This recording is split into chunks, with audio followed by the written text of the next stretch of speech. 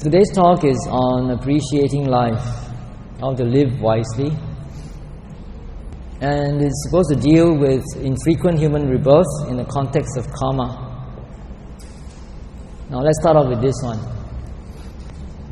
Now before I begin, may I ask, how many of you come from the city?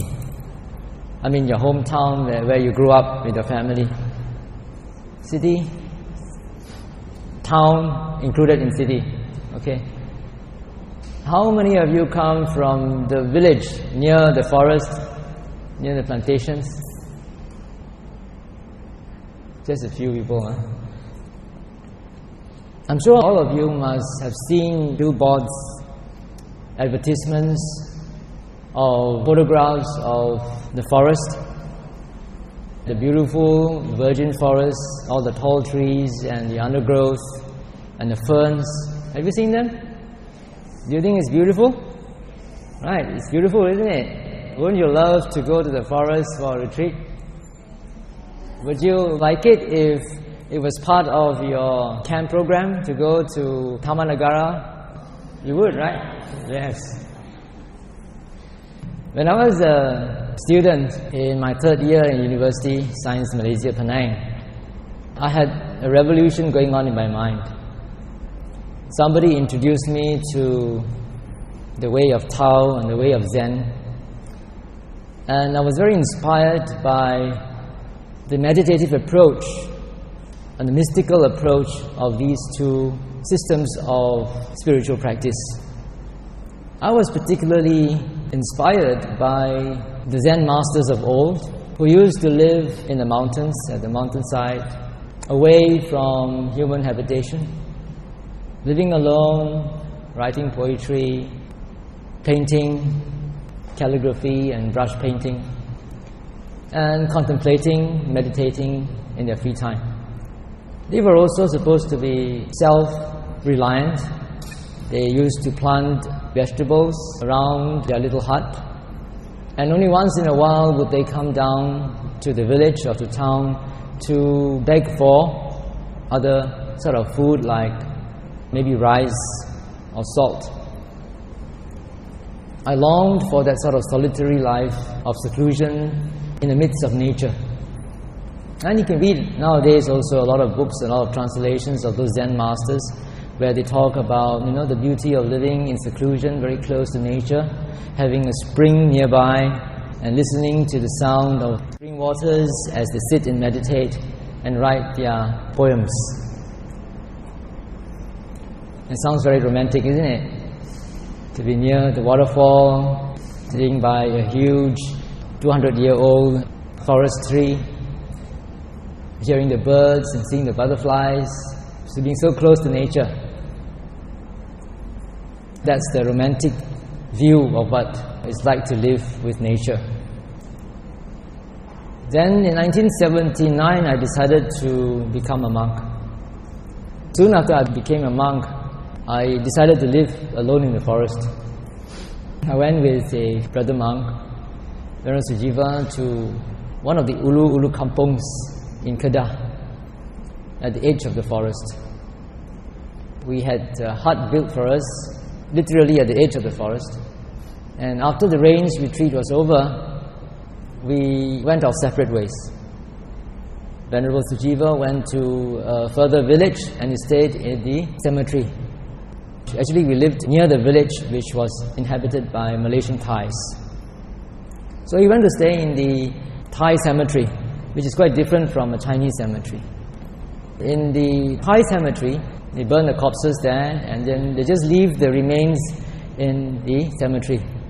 So it can be quite hair-raising if you're not well prepared. So he had a little hut built in the cemetery where you can see skeletons. Then I went to stay at the outskirts of another Thai village. This was really in a jungle area, just nearby a stream. I had to walk down the stream every day to bathe and to do my washing. And they also had a little hut built for me. And the hut was just about 6 feet by 3.5 feet. And when I sat, my head could sometimes touch the roof. It was an hut.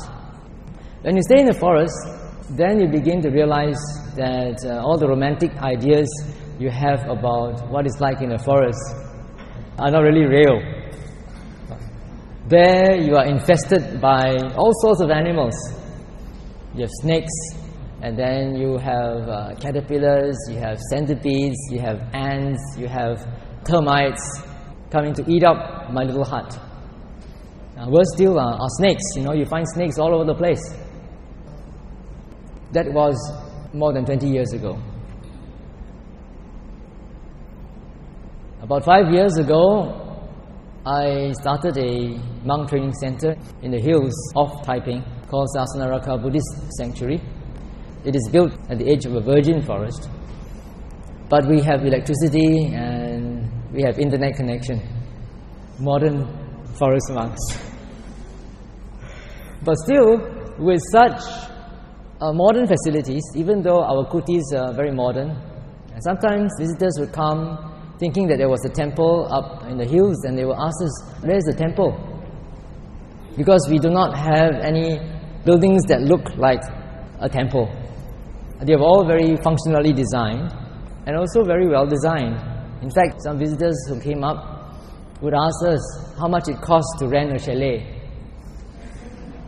In spite of all such modern facilities, we are still attacked by mice, by termites, by ants.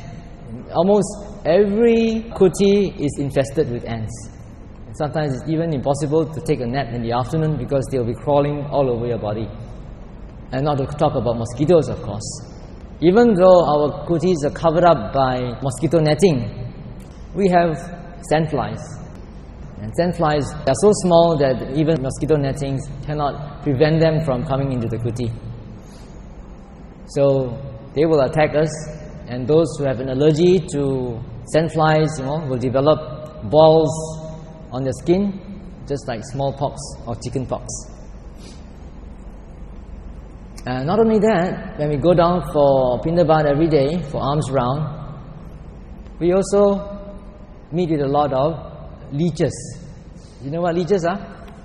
If you're not careful, they will climb up your legs all the way up with your anus and go into your stomach, and then stay there and be a parasite. So you can see that the jungle is actually teeming with life, with animal life. Millions of ants and insects and animals of all sorts. We also have a long-standing wild boar problem. It is because of wild boars that we have leeches, because the leeches will attach themselves to wild boars and have their meal. And then when they are full, they will just detach themselves and they'll be hanging around at the pathway waiting for us to walk by. Human population is actually negligible compared to the population of animals and insects. Earlier on, you had been studying about karma, about cause and effect, and you will know that it is because of the good deeds that you have done in the past that generated your rebirth here as a human being. Nowadays, past life regression or past life therapy is becoming very popular in the world. Do you know what is past life therapy? Do you know what is past life regression? You don't know. Psychotherapists sometimes meet with patients who have inexplicable phobias. Some people are very scared of water. Some people are very scared of heights. Some people are very scared of certain things which normal people are not scared of. And they try to regress their patients by hypnosis, regressing their consciousness back to maybe their childhood. Maybe they had very nasty childhood experiences, some traumas that had been embedded in their unconscious, in their subconscious. And so they are scared of certain things in a very inexplicable way. However, sometimes by regressing them to their early childhood does not seem to solve the problem. Then they regress them to a previous lifetime, previous existence. Modern psychotherapists who utilize this technique of past life regression have been successful in curing their patients of their inexplicable behavior and phobias. When you regress them to a past life, then they sort of relive the trauma that they went through. For example, there may be a patient who has an inexplicable hatred for the parents. Of course, she might be a Buddhist, she might have attended all these courses and know how important it is to be grateful to one's parents. But there is an uncontrollable emotion in that person. Unconscious, uncontrollable, maybe hatred for the parents for no apparent reason. Even regression to childhood days does not show that the present parents did anything bad to that child. And yet, that child cannot get over that, even until he or she may be a young adult, maybe in her 20s or 30s. Still, the feeling of anger, resentment, and hatred for the parents may still be lurking behind in the subconscious. When you go to see a psychotherapist and then you regress back to past lives, then this patient, buried in her subconscious, would relive a traumatic experience that she had had with the parents before in a past life. Maybe in a past life, they were the enemies and had done something very bad to her before. And so right now, that's why there's this inexplicable hatred and resentment. But once they go through that experience again, relive that experience, that traumatic experience that they had many lifetimes ago, the hypnotist or the psychotherapist will try to guide the patient to accept the situation and to forgive. So at that level of subconscious guidance, when the patient comes out of hypnosis, he or she may not be able to remember it, but it has been embedded subconsciously, and after that, her relationship with the parents improves because of forgiveness. Many of these past life accounts tell us that majority of patients, when they recall their past life through hypnosis, recall only human lives. They don't recall animal lives. They don't recall life as an insect or as an animal. Why do you think that is so? In one sutta called Bala Pandita Sutta in the Majjhima Nikaya, Bala means a fool, Pandita means a wise person. So, fool, wise person, sutta. In that sutta, the Buddha talked about how difficult it is for animals to do good deeds so that they can come back or be reborn as human beings. You must have learned about the 10 bases of meritorious actions. Have you learned that? The 10 good deeds of doing dana, observing your sila, doing service. What else? Having Dhamma discussion, listening to the Dhamma, teaching the Dhamma, meditation, and so forth. There are 10 of these meritorious deeds. You've also heard, I suppose, of the 10 paramitas, right? So these are all good deeds that can be done by a human being. Do you think that an animal would have any chance of doing dana, of observing sila, of listening to the Dhamma talk and understanding what it's all about? No, right? So once you become an animal, it's very, very, very difficult to come back as a human being. So that may be the reason why hypnotists or psychotherapists who regress patients in the past lives hardly ever report of patients who can recall a non-human animal life. Because once you become an animal, it's almost impossible to become a human being again. In Bala Pandita Sutta, the Buddha gave the analogy or simile of the blind turtle and the yolk. Do you know what's a yolk? Not the yolk of an egg. I don't suppose people in Malaysia would know what a yoke is, because we hardly have any bullock carts around. But in Thailand and in Burma, those of you who have seen carts before, bullock carts, will know that when a bull or a cow is pulling a cart, they have got to attach something to the neck so they can pull the cart. In Thailand and Burma, they don't use a yoke like what they do in the West. You know, a yoke is something like there's a hole there. You can slip into the neck of the animal. Then you can harness that to your cart, and as the animal moves, it will pull the cart along. So that's a yoke, right? To use a modern analogy, it's like a tire. You throw a tire into the sea. And then in the sea, there is this blind turtle who comes out once in 100 years. Comes out to the surface once in 100 years.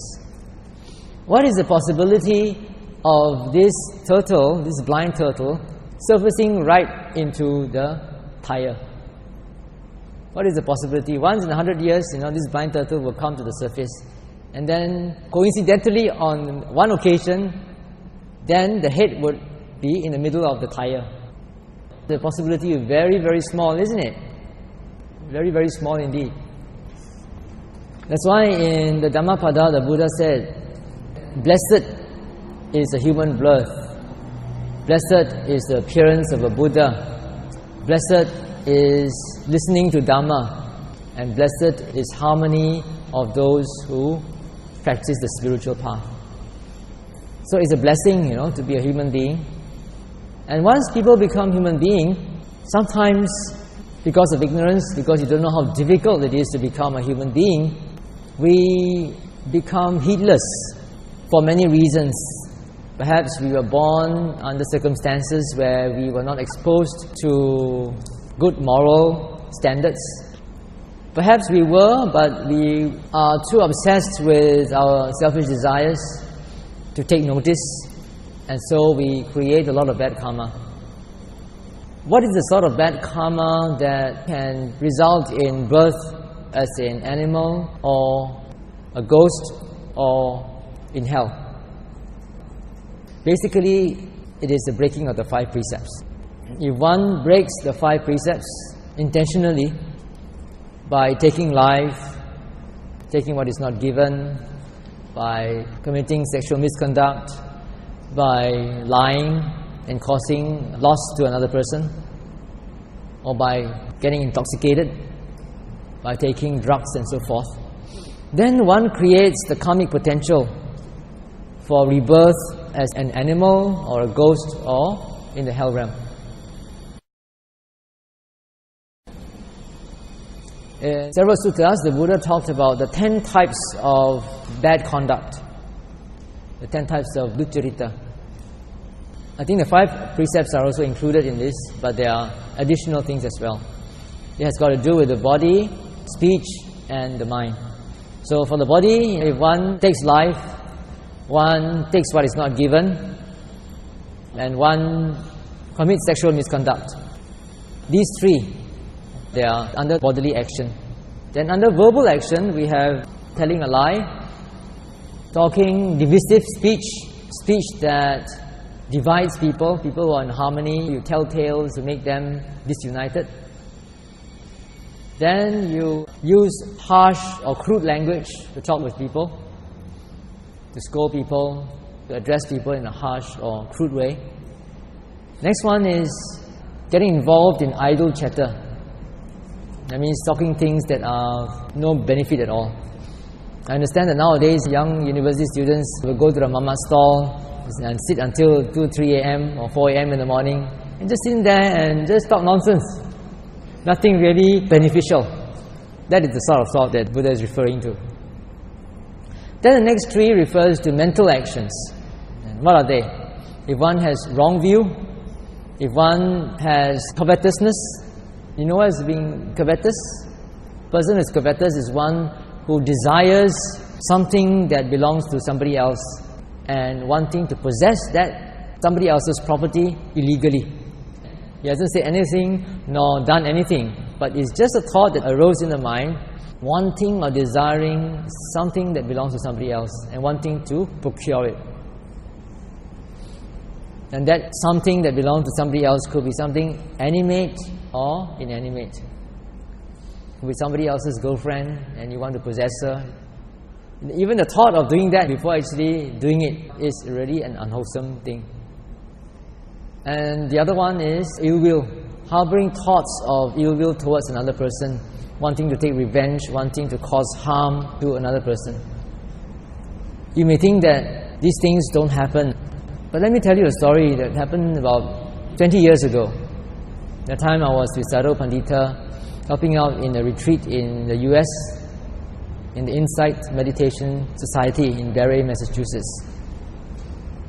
There was one lady yogi, very bad-tempered woman, and she was meditating in the hall with everybody else. She was supposed to be practicing meditation, vipassana meditation, being aware of whatever that arises in your field of awareness, let them go and come back to your primary object, trying to look at things in an objective way.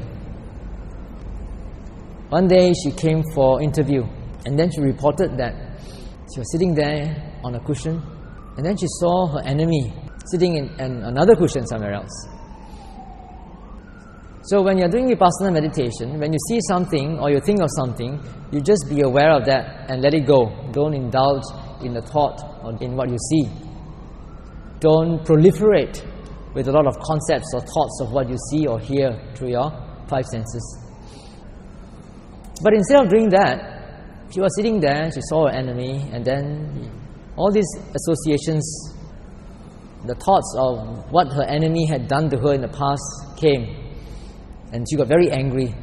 And so she imagined, visualized her enemy in front of her, and she was chopping her up to pieces and killing her.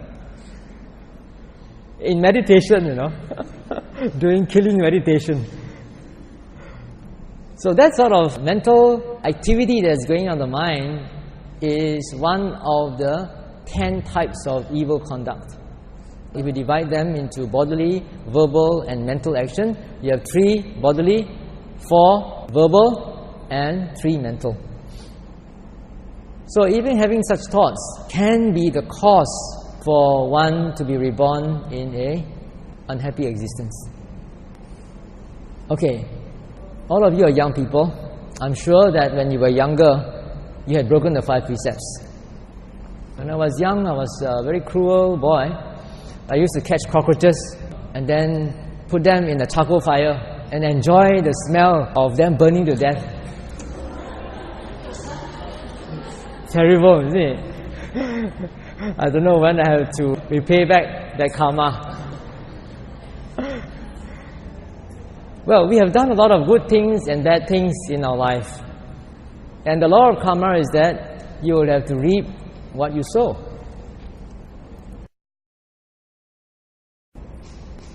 You have heard of Lampo Charan?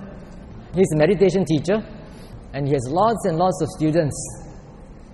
And he's got lots and lots of stories about his students. So this is a very interesting story. Since that there was this Vietnamese man, he was a butcher. And so, being a butcher, he had to kill a lot of animals.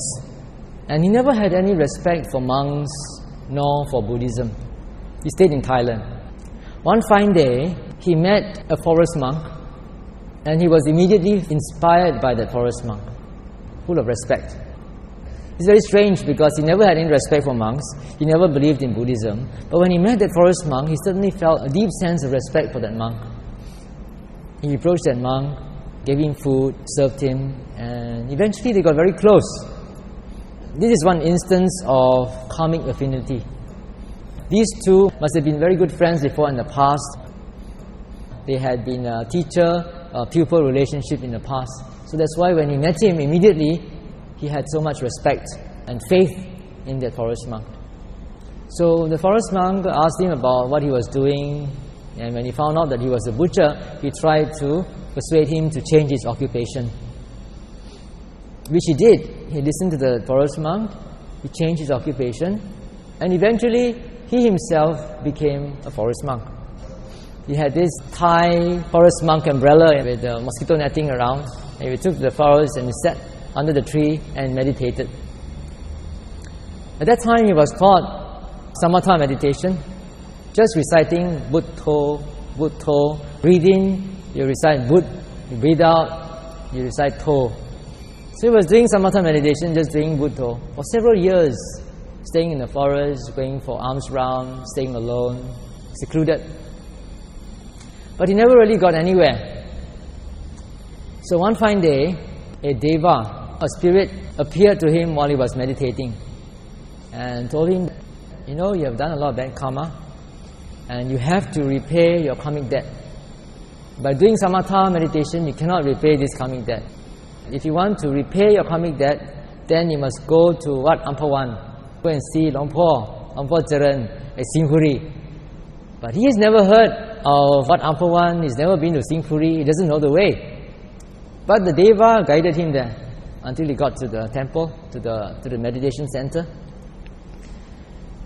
At that time, Longpo Charan was conducting a retreat for university students, like all of you.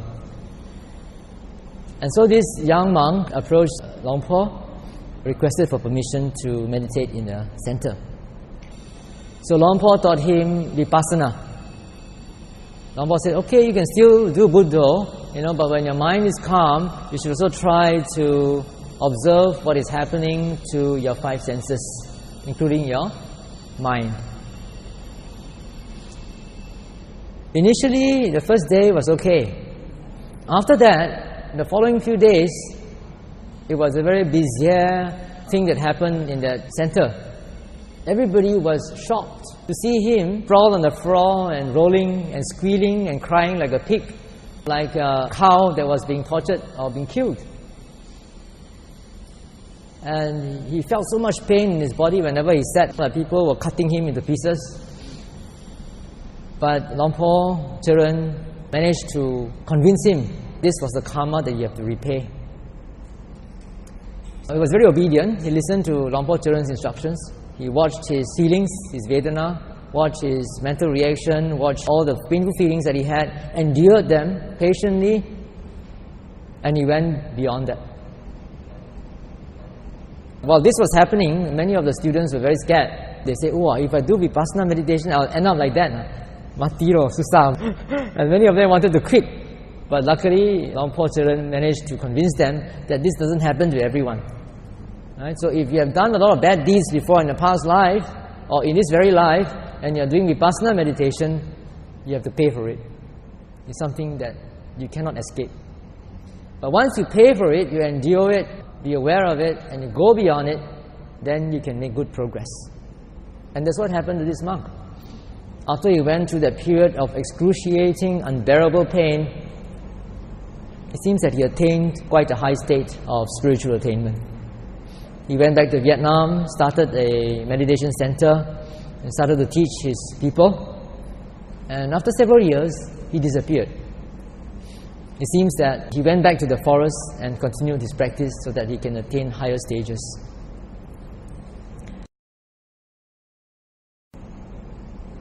So whatever we do in this life, in this precious human life, all the good things and bad things that we do, they don't just dissipate. All these actions, karma, and you create the karmic potential. It's just waiting for the right moment to ripen.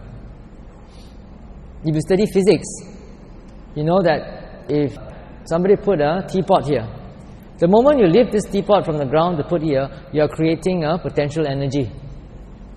And that potential energy is there, it's potential only. One fine day somebody is going to drop this teapot, and when it does that, then it goes back to zero. So this is the same principle that applies to karma, to action, to all your physical, verbal and mental actions that you have done. You create the potential. It is there waiting for the right time to ripen. When will it ripen? That's why being a human being is not plain sailing. It's not happiness all the time. Sometimes we feel happy, sometimes we feel comfortable, sometimes we are beset by illness, by painful feelings, and things go wrong in our life. Not because of all the good and bad karma that we have done before in the past. It could be past, but in this lifetime, or past in a previous lifetime. So all these things are accumulating, and we can never really know which karma will ripen. And this is particularly crucial just before you die. Just before you die, in the last few moments before your death, what happens will determine your next existence. If before you die you happen to think of an evil deed that you did before, you regretted over something that you had done wrong, and with that state of mind, filled with remorse, filled with anger or unforgiving nature of the mind, and you die, then you'll be reborn in a lower state of existence, either as a hungry ghost or an animal or in hell. Who can guarantee that your mind can be calm and peaceful and thinking of only wholesome deeds just before you die? Can you guarantee that? No. We can only talk in terms of possibilities and probabilities. You have done so many good deeds before, and you have done even more bad deeds before. And the more good deeds you do, the more you are making the possibility of having wholesome thoughts just before you die. If you do a lot of bad deeds, you are increasing the possibility that you're going to regret and have remorse before you die.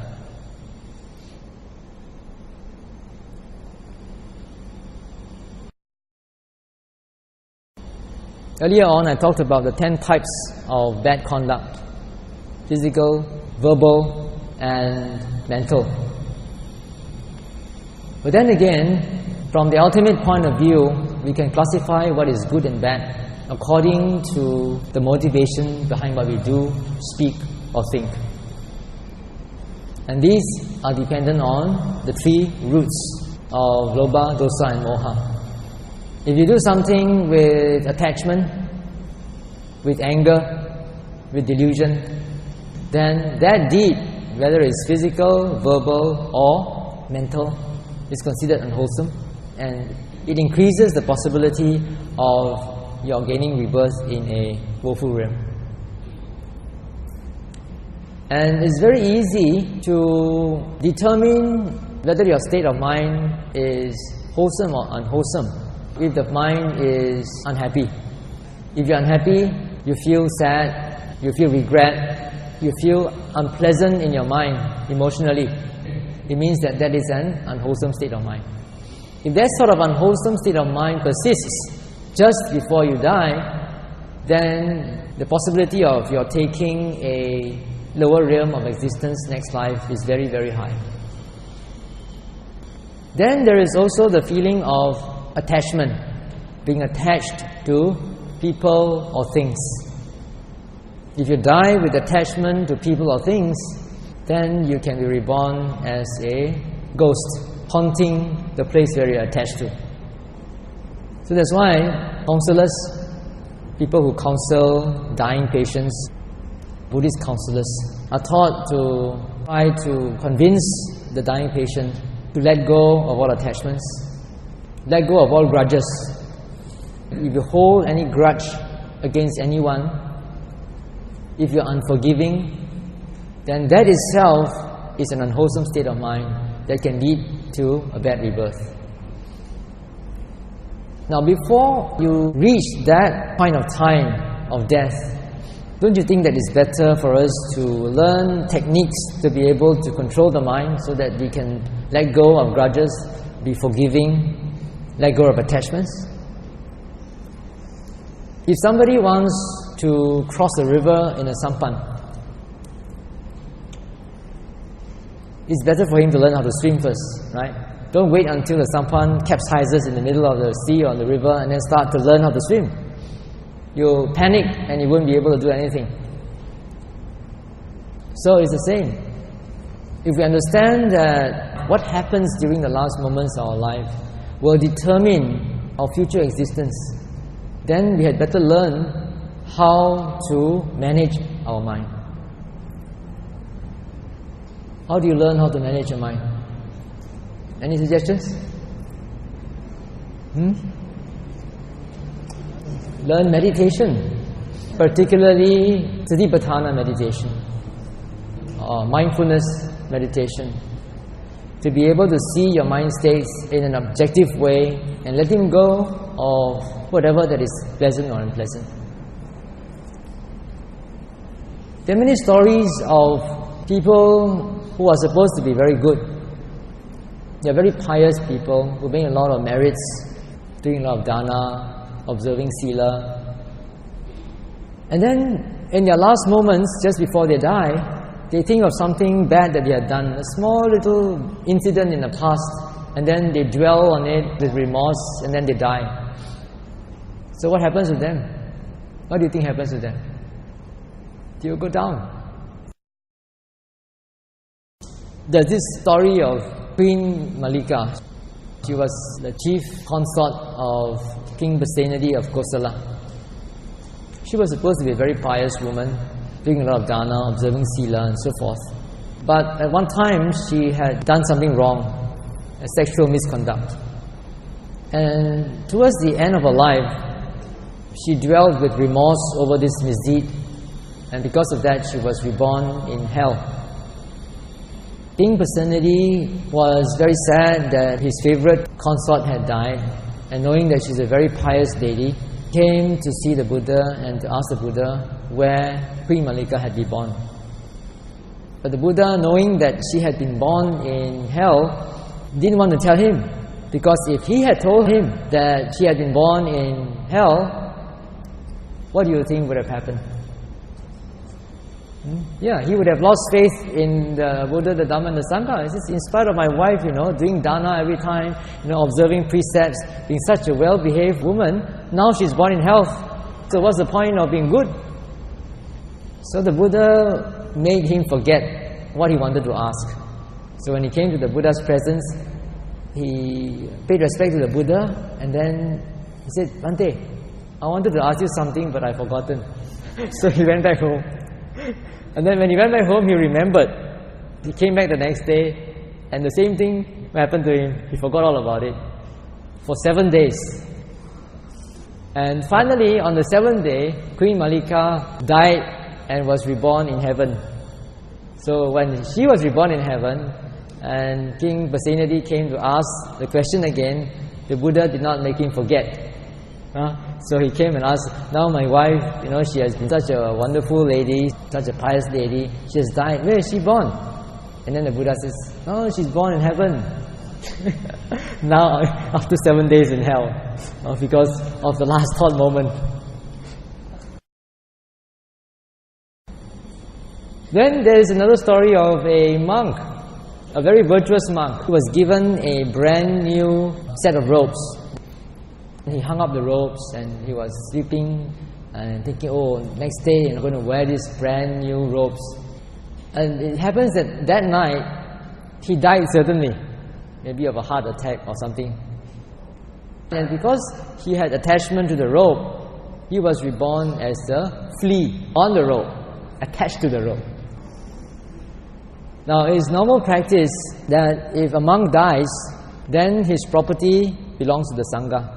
And so the community will meet to divide his property, who should get what. So on that day, after he had been cremated, the members of the Sangha got together with his possessions, and they were about to distribute his possessions, including the robe. And then the poor flea was clinging to the robe and protesting, "Don't you touch my robe! Don't you touch my robe!" Being a flea attached to the robe, he didn't want anyone to touch his new robe. The Buddha at that time heard this little flea shouting and protesting with his divine ear, and so he stopped the monks from distributing his property. They waited for about 7 days, and then the monk died as a flea and was reborn in heaven.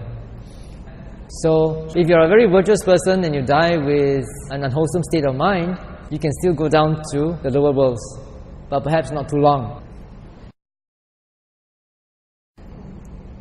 On the other hand, there's a story of a person who was a public executioner for 50 years. He used to chop people's head off. And then on his 50th year, he was awarded a pension. He was relieved of his duty because he was too old already. When he was younger, he could just cut off the head at one stroke. But now he has to cut many strokes, you see, so he tortured the poor victims. So the king relieved him of his job and got a stronger man to be an executioner. So on that day, he wanted to celebrate his pension. He dressed very well and cooked his best food and was about to eat it when he saw Venerable Sariputta coming for alms round, standing outside his house. When he saw Venerable Sariputta, he was very happy. And instead of eating his favorite food, he invited Venerable Sariputta in and decided to offer the food to Venerable Sariputta instead. After offering the food, and then Venerable Sariputta ate his meal, at the end of which he gave a little talk. As he was giving the Dhamma talk, he noticed that this person was very distracted. He was very distracted. Why? Because as he was listening to the talk, images of all the people that he killed appeared to him. And that distracted his attention, so he could not concentrate on what Venerable Sariputta was trying to say. Seeing that he was not paying attention, Venerable Sariputta asked him, "What's the matter?"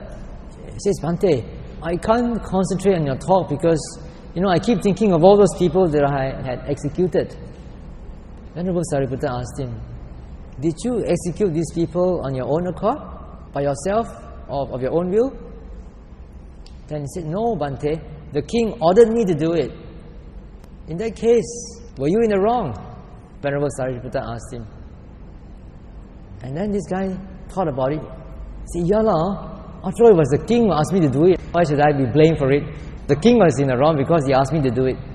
So after that, he felt more relieved, no remorse, so he could listen to what the Venerable Sariputta was trying to tell him.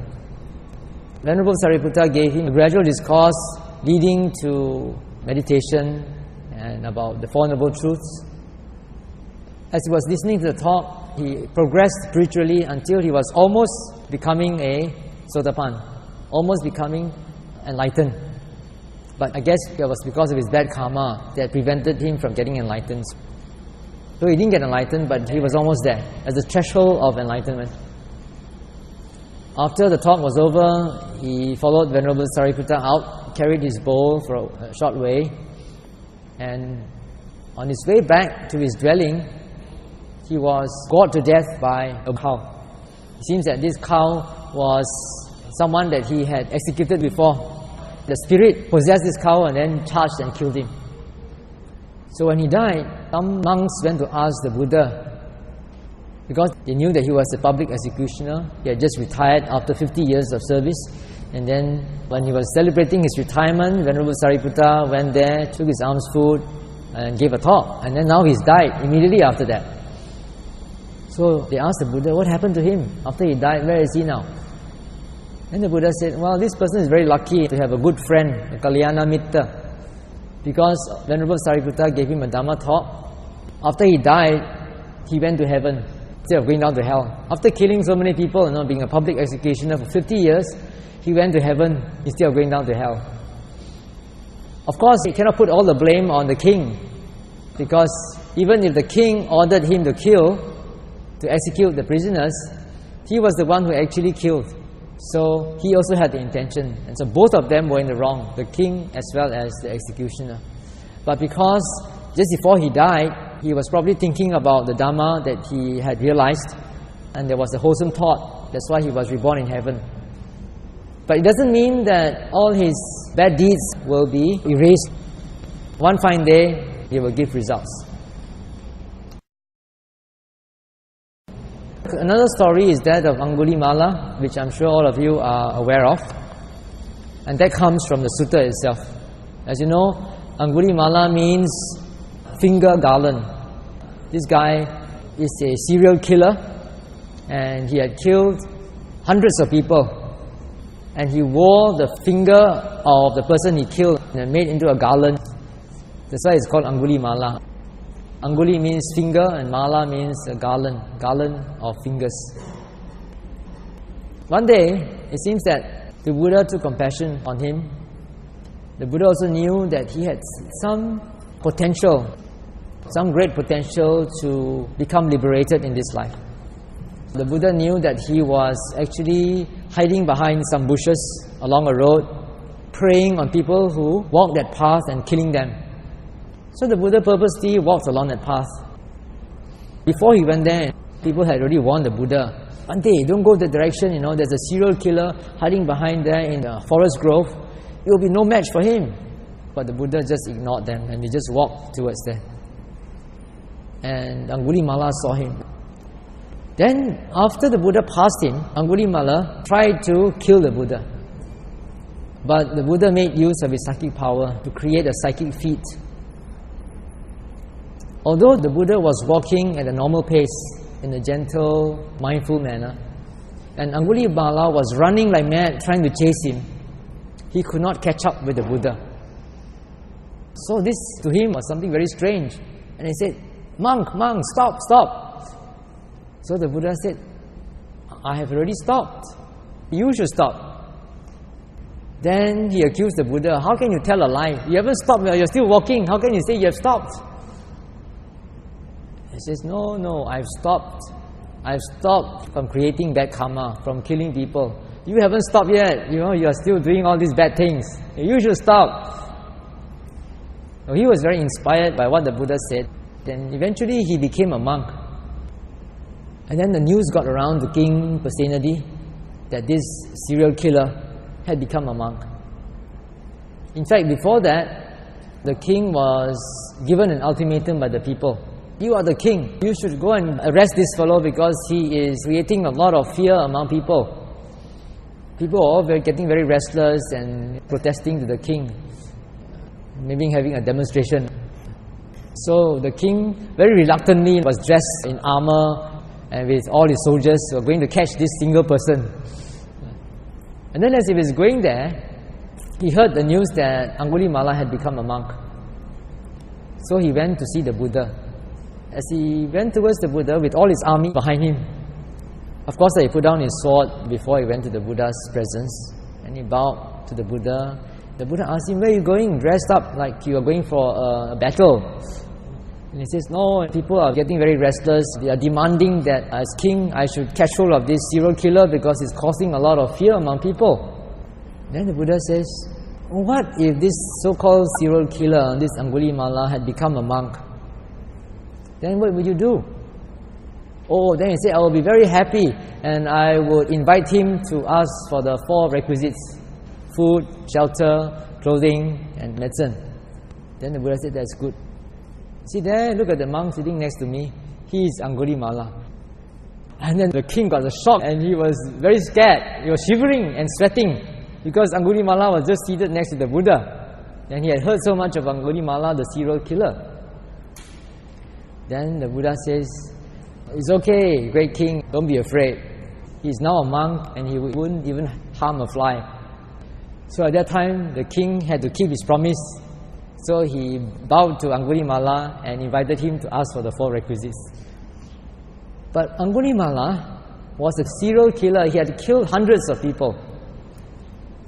When he became a monk, he had to go for alms round, going from house to house to beg for food. When people saw him coming, they closed their doors and then ran away, and he couldn't get enough food to eat. One day he was going around Pindabat, alms round, and then he saw a woman suffering because of labor pains.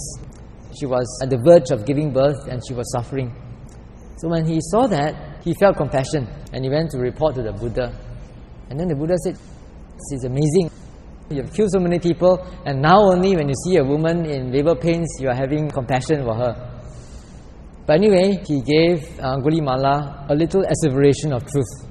He said, okay, in that case, if you have compassion for women who are pregnant, who are giving birth, then you should recite this asseveration of truth.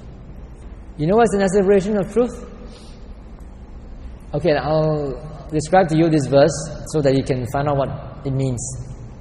He says, Sister, since I was born, I have not intentionally taken life. By the power of this truth, may you be safe and so may your baby. Then Angulimala says, Bhante, but they will be lying. I've taken so many lives since I was born. So the Buddha says, Okay, then we changed it to, since I was born as an Arya, as a noble one, I have not intentionally taken life. By the power of this truth, may you be safe, may your baby be safe. But actually that was given to him before he attained enlightenment.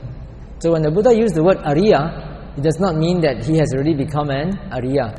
It means that he has joined the ranks of the noble ones. He has become a monk. Now, it's very strange because that Angulimala Paritta, although it was given specifically to Angulimala, can also be used these days. There are many instances where pregnant ladies have come to me and asked me to chant this for them because their baby doesn't want to turn. The head is not turned, so they have difficulty giving birth. They have to go for cesarean operation, so they come running for help. We chant the Angulimala Paritta, hold the water while we are chanting. They take back the water, drink, and within a short time, the fetus will turn. It's very strange, we don't know how it works. There was this woman, who took a scope in the morning. She went for an ultrasound scope, and the fetus had not turned yet. Then, after she got our water, she drank it. In the evening, she went for a scope. Baby had turned already.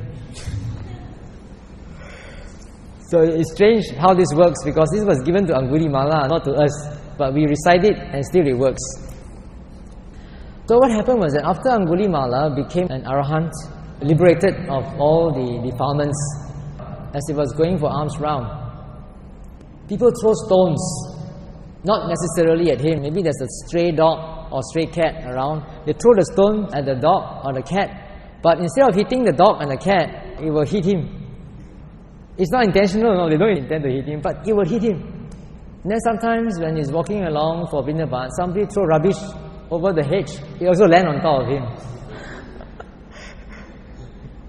What does this show? It shows that although he has become an Arahant, he's got no more Lobha, Dosa and Moha within him. But because of the bad deeds that he had done in this life, he cannot run away from it. After enlightenment also, you have to repay your debts. So that's why people who are doing Vipassana meditation, you have to repay their debts. If you are a very cruel person, you have done a lot of bad deeds before, tortured a lot of people, inflicted harm to a lot of people, you will have to endure all this, experience all this in your meditation.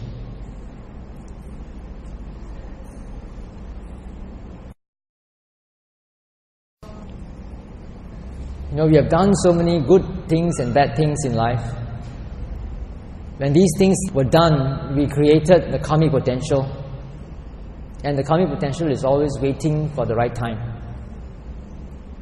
We cannot erase the bad things that we have done.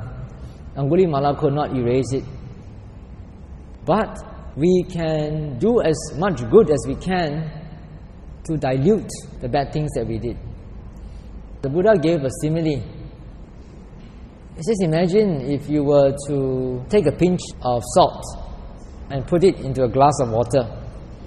Do you think the glass of water would feel a bit salty? It would, right? And you take the same pinch of salt and you put it into the river. Do you think it's going to make any difference? No, right? So he said, if you do a lot of good deeds, then the bad deeds will be negligible compared to the good deeds that you have done. So that when you die, the possibility of thinking about bad deeds that you have done is less, very much less, than thinking of the good deeds that you have done. So one good strategy is to do as much good as possible and do as little bad deeds as possible. The next strategy is to learn how to practice meditation. That is important because even though we try as much as possible to do good deeds, still that's the sort of thing that can happen, when you die. Surprise! You are caught in an accident or you lie in coma in a hospital. What can you do? Just now upon arrival, some devotees came to see me and they were talking about nowadays more and more people are getting cancer at a very young age. And then they always ask themselves, first questions they will ask is, why me? I'm so young, I'm only 25, I'm only 30, I've just begun to live the life. Why must I have cancer? Why must I die of cancer at such a young age? So, one of the meditations that one should try to practice also is meditation on the imminence of death. Every day you contemplate, one fine day I'm going to die, and it could be any time, not necessarily until when I'm 70. It could be tomorrow, it could be next week, it could be just after I get out from this sitting, it could be any time. Death is just round the corner. And this is one of the meditations that is taught by the Buddha. There's one sutta where the Buddha says that everyone, whether it's a woman or a man, female disciple or male disciple, or a bhikkhuni or a bhikkhu, should reflect on these 5 things frequently. And what are these 5 things? The first thing is that you are not free from illness. One fine day, you are going to get sick. You are not free from old age. Although you are young and robust now, one day you will become wrinkled. And then whatever things that you cherish, that you like, will be separated from you. Whether it's animate or inanimate. Whether it's your favorite pair of jeans, or your favorite CD or VCD, or your best friend, or your girlfriend, or your spouse, or your children, one fine day they will be separated from you. The next thing to think about is death. One fine day you're going to die. You have not gone beyond death yet. Finally, you also think about karma, that you are the owners of your own karma. And karma are your true relatives. When you are sick, very sick, get terminal cancer or something, there's no one who can come and tell you, no one who, even a very compassionate person like your mother or father, maybe they're old already, they say, oh, we are old already lah. You are just in the prime of your life. You give me the cancer lah, we die lah, we already so old already, then you live on. Can you do that? Nobody can take away your appointment with death. If it's time to go, it's time to go. But there are exceptions to the rule. One interesting story again from Longpo Charan. It says there was this man in Thailand. He was a taxi driver. In his young age, he used to travel along the river to get goods from Bangkok to his town, because he was also at that time doing some business with his wife. He sat in a ferry boat, going back and forth. He was carrying goods from Bangkok. And then in the middle of the night, he was sleeping near the engine room, covered up in a canvas, because the people who were driving the boat fell asleep, so the boat knocked into a rock, capsized, and a lot of people were drowned. Because he was in the engine room and he was covered with canvas, he could not free himself from the canvas. He was underwater and was drowning. And then he made a wish, I want to be free. I don't want to die, because right now I'm still young, I've got a lot of things to do. If I can be saved now, I will ordain as a monk. And then miraculously, after he made that vow, he could free himself from the canvas and he escaped. After he made that vow, he forgot all about it. He didn't think of becoming a monk. When he was 24, that happened. And then 22 years later, when he was 46, he had a very, very bad dream. Some beings were coming to take him away. He was resisting, he didn't want to go. He says, no, not my time yet, I don't want to go. But they were trying to pull him for 3 consecutive nights.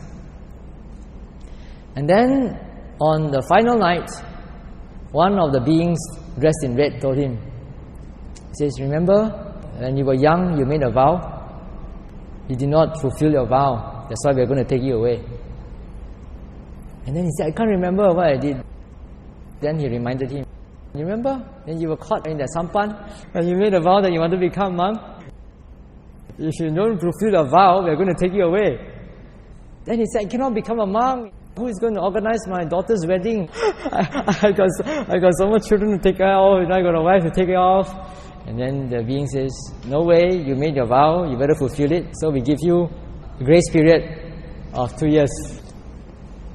After that, he was very unhappy, very, very unhappy. Actually, he was Longpo Charan's driver. When Longpo Charan wanted to go anywhere, when the monastery at that time didn't have any vehicles, he would ask him and they would pay him and he would take him around. He told his friend, and then his friend brought him to see Long Po and told him about it. And then Long Po said, yeah, you better become a monk. Long Po actually gave him the set of requisites, but he kept postponing it. And then they bargained with him. Finally he said, okay, after my daughter's marriage, then I'll become a monk. But after his daughter's marriage, also he did not become a monk. Again, he had another dream. This time says, okay, it's time already. Time is running out. You better become a monk. He didn't want to become a monk. Then in that case, exactly 24 years later, you will die. And you will die in a road accident. Long Po says, you better become a monk. If you become a monk, you won't die. You won't be driving. You won't die in a road accident. But again, he did not heed Long Po's advice. And so, on the appointed day, he died in a motor accident, just as the being told him. When you make a vow, you better make sure that you fulfill it. This one happened in Thailand, but I also know of someone in Malaysia who also made a vow to become a monk, and he was saved from unpleasant circumstances. But after that, he did not fulfill his vow, and so he died of cancer.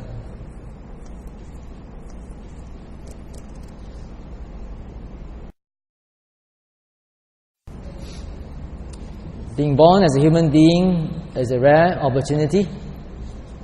And once being a human being, you do not try to do as much good deeds as possible. You are actually losing a great opportunity. And if you do a lot of bad deeds, and at the last moment of death, if you think of the bad deeds that you do, dwell upon them with remorse and regret, you may be reborn as an animal. And once you are an animal, it's very difficult to get out of the animal kingdom, because animals can hardly do any good deeds. This morning we talk about dana, how dana can give you those things in return: long life, happiness, beauty, strength, and intelligence. But in the Janusoni Sutta in Anguttara Nikaya, the Buddha was explaining to this Brahmin called Janusoni.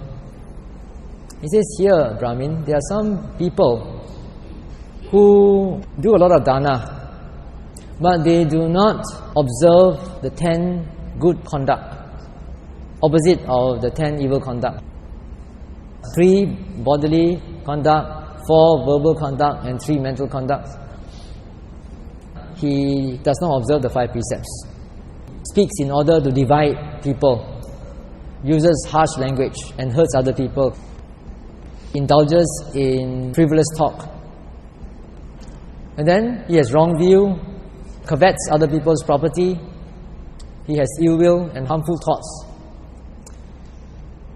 So such a person, of course, if you do dana, you will get the results. But because he did not observe his sila, his morality, this person, after he dies, may not be reborn as a human being. He could be reborn in the animal kingdom as a royal elephant, a royal stallion, a wealthy person's pet dog or pet cat, and he can enjoy all the pleasures of the senses. A royal elephant can enjoy a lot of things.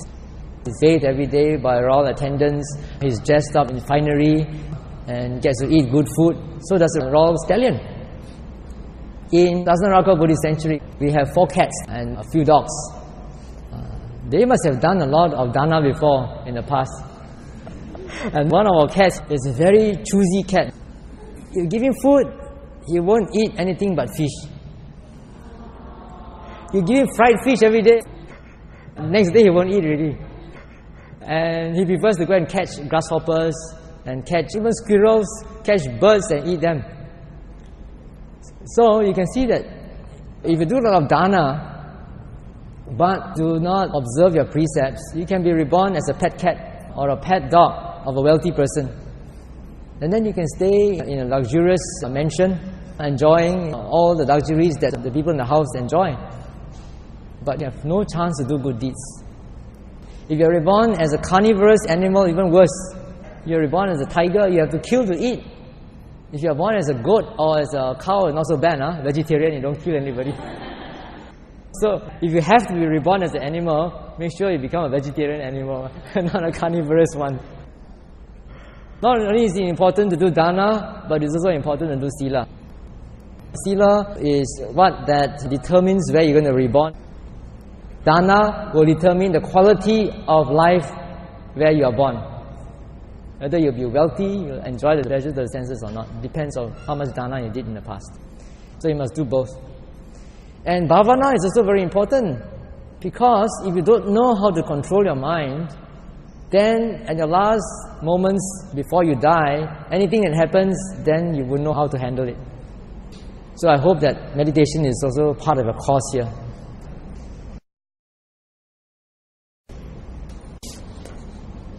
So now it's question time. Question is, we are taught anatta, there is no soul. And yet, when we talk about rebirth, we say that a person after he dies is reborn as an animal or a human being or a spirit. How can one explain that? What is it that passes from one existence to another? First of all, we have got to understand what is meant by anatta, non-self. The Buddha says that there is no such thing as an unchanging, permanent self, because everything is in a state of flux. If you watch yourself, you know that you are growing all the time. You're not the same person as when you were when you came out from your mother's womb. When you were younger, you had a different set of thoughts, and now you have a different set of thoughts. Your mind is changing all the time. You can see how fast your mind changes from moment to moment, how your emotion changes from moment to moment. You cannot be happy all the time, you cannot be sad all the time. And whatever sadness that you have, or happiness that you have also, won't last forever. They will persist for some time and then they will dissipate. So to hold that there is something permanent behind all this change that transfers from one existence to another is a wrong view. But what is the difference between your personality now and maybe 5 years ago and 5 years later? It will also change according to many circumstances, according to your environment, according to what you read, according to how you practice yourself, according to your food, the climate. A lot of things are involved in this conditioning of what our personality is like. So, when a person dies, the same thing continues. This flux of change also continues in the next lifetime. It is still changing. It's not something permanent. You were different before, and you're different now, and you'll be different later, and you'll be different in the next life. Despite this difference, there is also an underlying continuity or connectedness. For example, certain talents, certain dispositions, certain characteristics, they follow you from existence to existence. We've all heard of child prodigies. You know, Beethoven, Mozart, these famous composers, they were child prodigies. Beethoven composed a symphony at a very young age. You have heard of people who are very gifted in painting, very gifted in athletics, in sports. You may be inspired by them. You try very hard to train to become like them, but you can never be like them. Why? Because you don't have the talent. So where did the talent come from? It came from the past.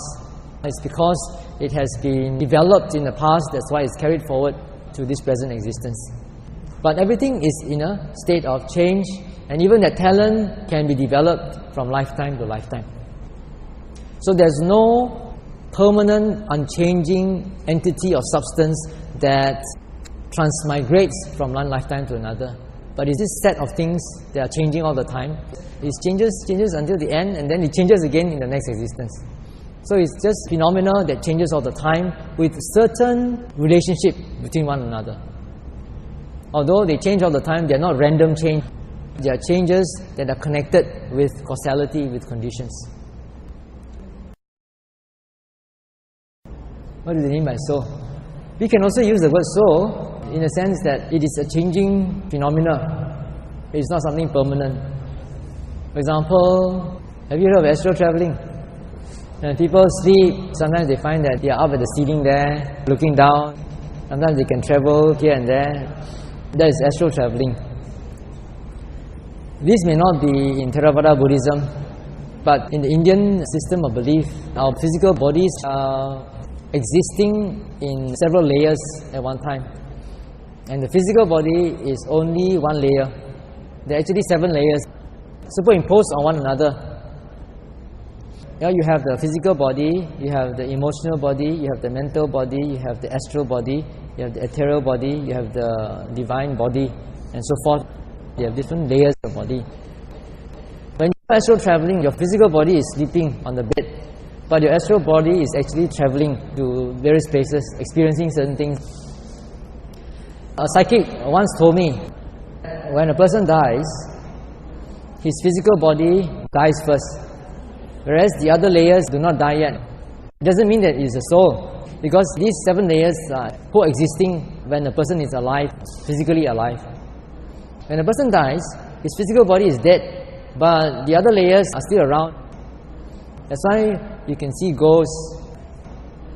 Sometimes people have near-death experience when they are in hospital and then suddenly they die of heart attack. And then the nurses try to resuscitate them, put them electric shocks, and then they jump and then they come back to life, right?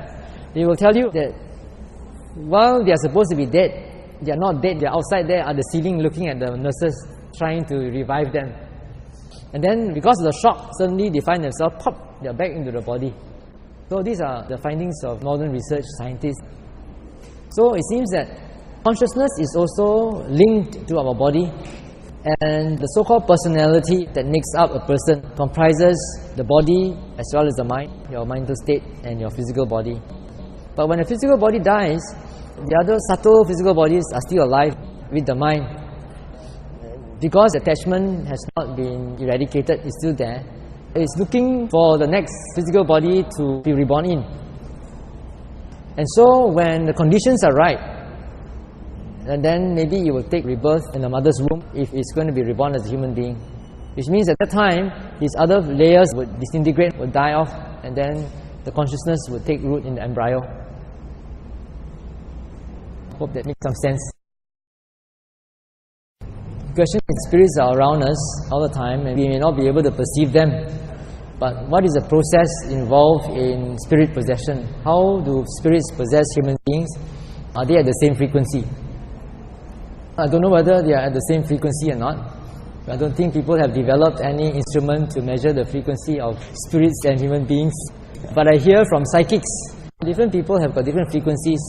And people who have certain frequencies are prone to spirit possession, be able to perceive spirits even against their will, where others cannot, because of the frequency thing which we have not been able to detect yet. How it works, I don't really know. I have an example here. A young engineer who was a Buddhist practitioner died, and he was born in the spirit world. Then he had a very strong karmic affinity to a young man, and he used to possess that young man and teach him Buddhism. He taught him the 5 precepts, taught him how to do metta meditation, taught him how to do vipassana meditation, and introduced him to his sifu. But this young man was not very happy to be possessed against his will. Anytime like this spirit felt like it, he would possess him and then take control of his mind, and he was sort of helpless. Although sometimes he may be conscious of what is happening, he was not able to control it, and he didn't quite like it.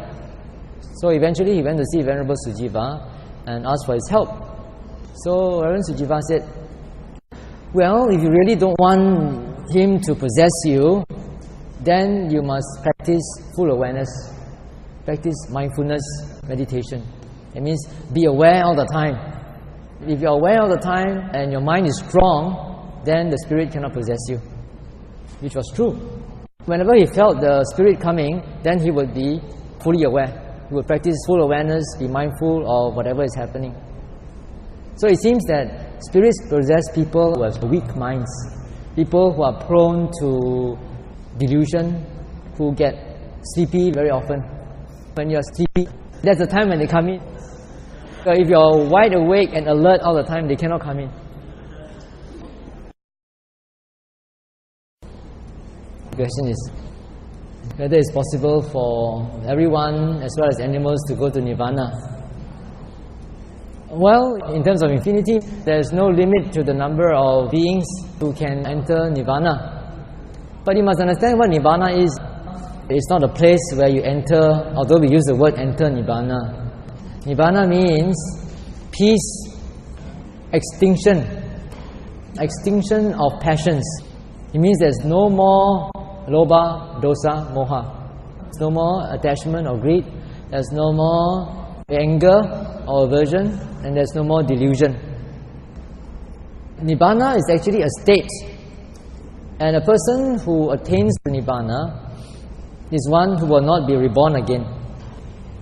It is because of our attachment to life, attachment to existence, attachment to the pleasures of the senses, that we are caught in this cycle of birth and death. Most people who die don't want to die. They just want to cling on. They want to live some more. They want to see their children. They want to see their property. They want to enjoy life even though they're very old, with all the teeth all gone, cannot even chew properly. They still want to live. They will be crippled. Also, they still want to live. It's very strange how this attachment to life can be so strong. And it's because of this attachment to life that you just cling to anything that can keep you alive. But once anything comes into being through conditions, it must perish, it must die. And this comes about primarily because of craving, of wanting, of desire. Now the Arahant, the one who has liberated his mind from all these defilements, they do not have any attachment to life, nor do they have any desire for existence, nor would they want to commit suicide. At the end of this human life, they will not be reborn again as another being. So, in our human language, we say that they have entered Nibbana. But actually, there's no one who enters Nibbana. If there's anyone who entered Nibbana, that means he's born already, and after that, he will have to die again. So an Arahant, after his physical body dissolves, then he does not gain rebirth again. Now, to become an Arahant is not easy because you have to meditate. And so, when you ask the question, can all beings, including animals, enter Nibbana? You're trying to say that, can all beings, including animals, attain Arahantship? Do you think it's possible for all of you to attain Arahantship in this life? No. But is it possible for you to attain Arahantship in many, many lifetimes? Maybe, right? So, we cannot say with certainty that everybody can. If you put in the effort, and if you are born where the Buddha Sasana is, where you can listen to Dhamma and circumstances are such that you can practice, then perhaps you can get enlightened. Otherwise, no.